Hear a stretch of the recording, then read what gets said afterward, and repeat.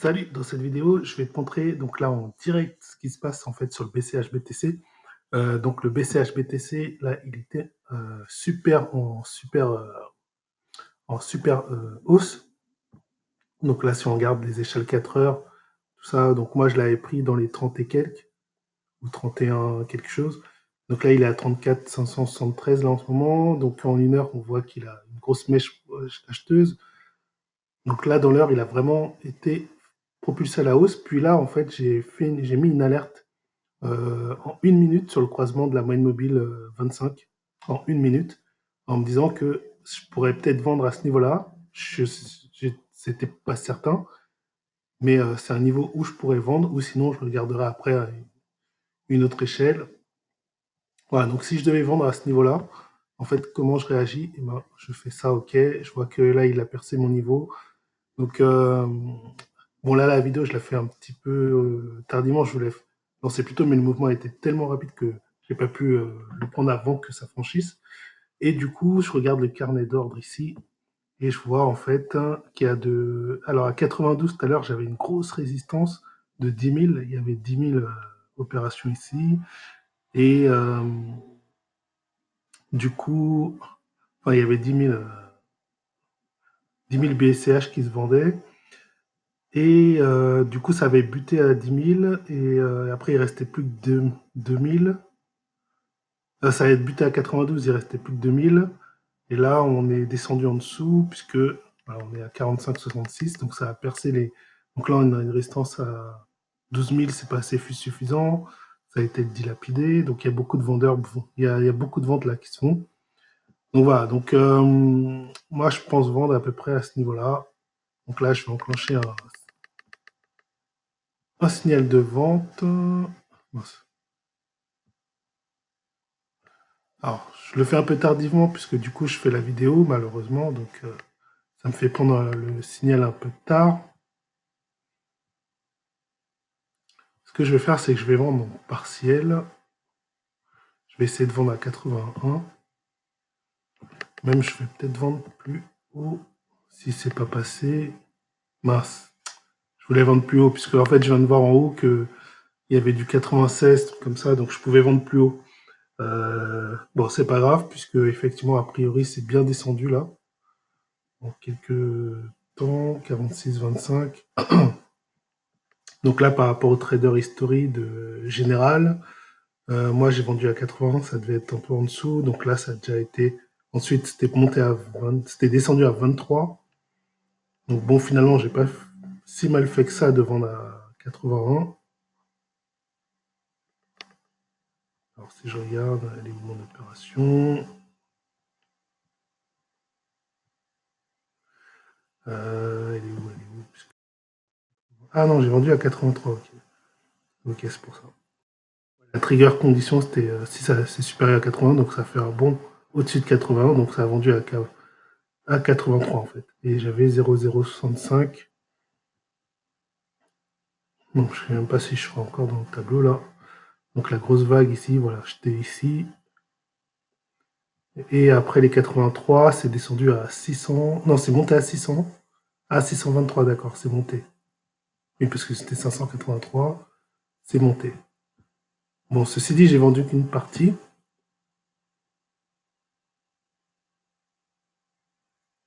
Voilà, ça semble remonter, donc voilà.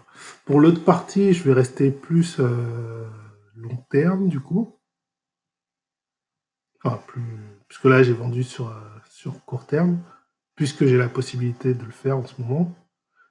Sinon, quand j'ai pas la possibilité, bah, je reste sur mon graphique 4 heures et je vends. Effectivement, je me mets une alerte, soit à 7, soit à 25, peut-être une à 7 pour déjà avoir un pressentiment de la baisse.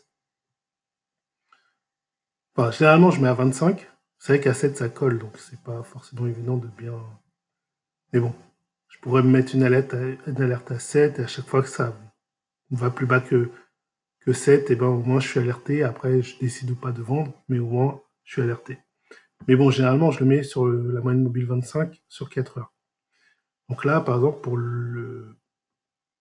pour la moitié qui me reste investie, puisque si je regarde bien, normalement, j'ai pas sorti tout. Oui, puisqu'il me reste encore 0,066 BCH. Donc, effectivement, c'est bien la moitié que j'ai sorti. Donc, si ça continue de monter et que la courbe verte monte, bah, le prochain signal, ce sera quand la courbe va croiser la bas moyenne mobile 25 sur l'unité de temps 4 heures. Et donc, à ce moment-là, bah, je vendrai ce qui reste. Et là, en fait, dans cette autre optique par rapport à ce qu'on vient de voir, et bien là, je suis plus, du coup, sur un horizon de temps moyen terme.